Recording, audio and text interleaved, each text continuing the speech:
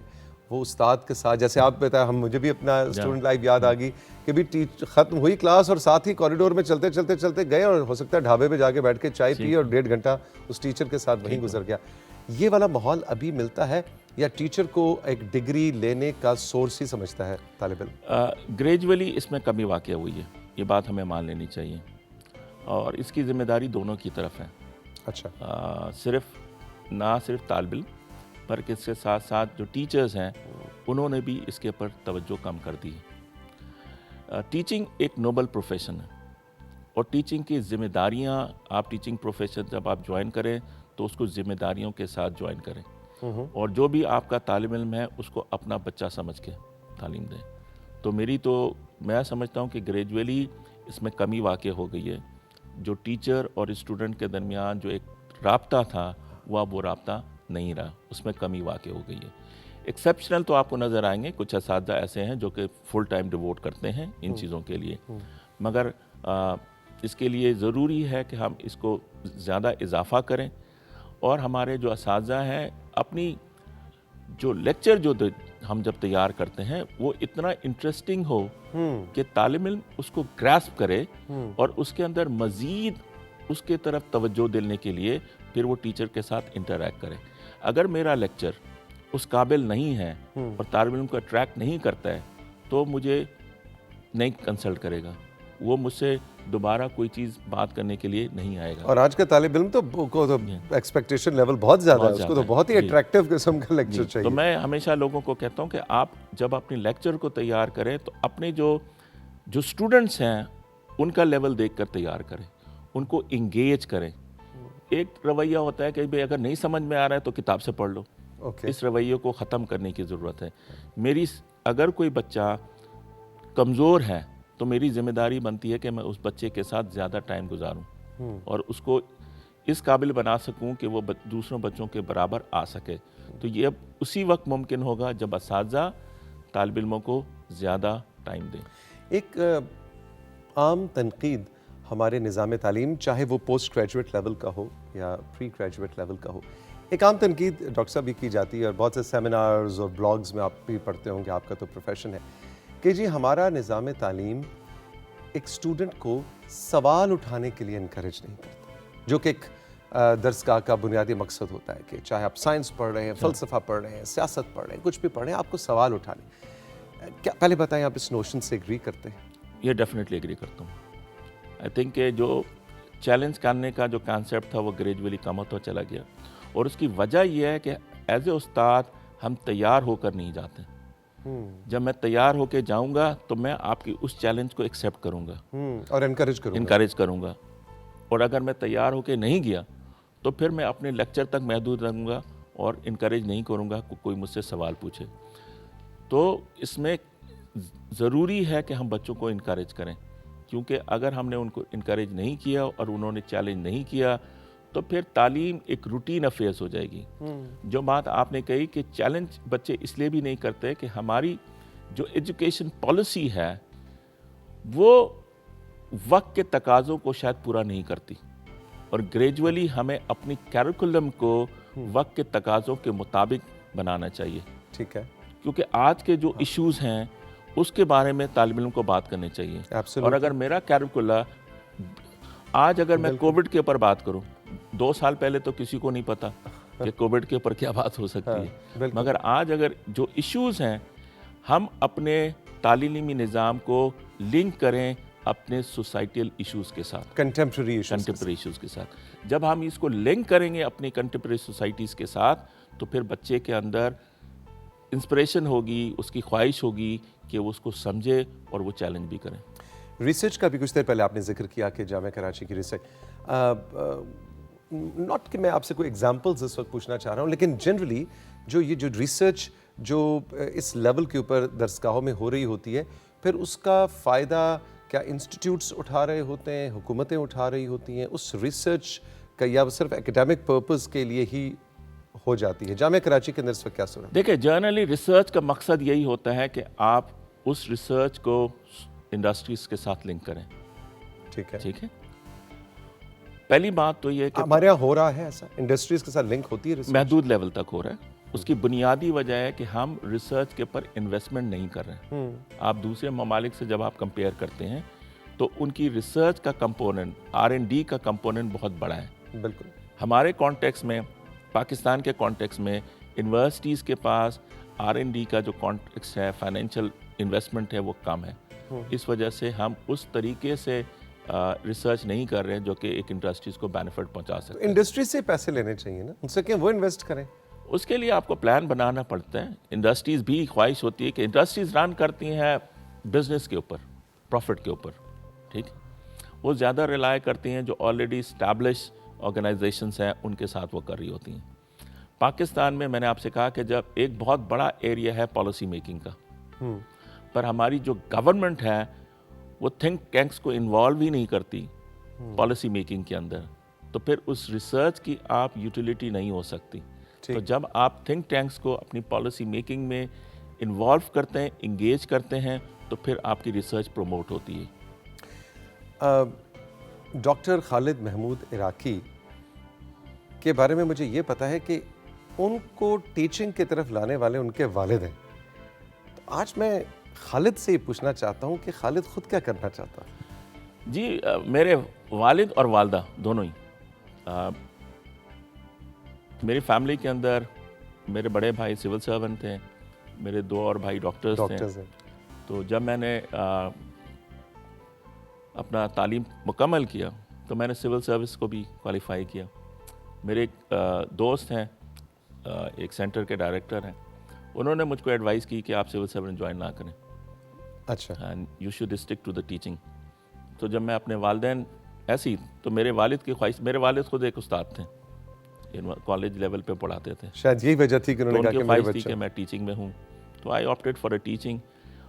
نہیں, اپنی کوئی مرضی نہیں تھی ڈاکٹر صاحب آپ کی, مطلب جو دوست نے کہہ دیا, جو والد نے کہہ دیا, خود بھی تو اس ایک نوجوان کی خواہش ہوتی ہے میں نے یہ کرنا ہے, میں نے وہ کرنا. نہیں, ایسا نہیں ہے کہ میری اپنی انٹرسٹ نہیں تھی. ڈیفینیٹلی میں نے جب تعلیم حاصل کر رہا تھا تو ایک میں نے دیکھا کہ ٹیچنگ ایک پروفیشن ہے جس کے اندر میں کو ڈیلیور کر سکتا ہوں. تو میری بھی خواہش تھی کہ میں ٹیچنگ پروفیشن کو جوائن کروں, اور اس ٹیچنگ کو میں نے پروفیشن ایز اے جوائن کیا, اور کافی سیریسلی جوائن کیا. میں لوگوں کو کہتا ہوں کہ جب آپ کسی پروفیشن کو جوائن کریں تو کافی سیریسلی آپ کو جوائن کرنا چاہیے, اور اس کی تمام لاجسٹکس کو پورا کریں, پھر اللہ میاں آپ کو کامیابی دے. اور کر کچھ بھی رہے ہو, پھر آپ اگر اس کے ساتھ حق ادا کریں گے تو ٹیچنگ جوائن کرنے کے بعد اللہ کا شکر ہے مجھے بہت سارے اپرچونٹی ملی کہ میں نے اچھا خاصا بیرونی ممالک کا دورہ کیا, ڈفرینٹ کورسز کیے. میں نے ایک آسٹریا سے کورس کیا پیس اینڈ کانفلکٹ ریزولوشن کے اوپر. دین ایک انٹرنیشنل وزٹر پروگرام تھا, اس کو میں نے اویل کیا. گلاسگو سے میں نے لیڈرشپ ڈیولپمنٹ پروگرام کیا. تو جب میں نے پروفیشن کو سیریسلی آپٹ کیا تو میں نے دیکھا کہ اس کے اندر کتنی آپ کے اپرچونٹی ہے اور کتنا آپ گرو کر سکتے ہیں. ڈاکٹر صاحب یہ بتائیے کہ ایک پاکستان کی generally average Pakistani public university کے وائس چانسلر کی زندگی میں, پروفیشنل زندگی میں سب سے بڑا چیلنج کیا ہوتا ہے؟ اساتذہ, اسٹوڈنٹس, لڑائی جھگڑے, کیمپس کی safety and security, research, quality. What is your biggest challenge? I think it's about quality teaching and quality research. یہ سب سے بڑا چیلنج ہے.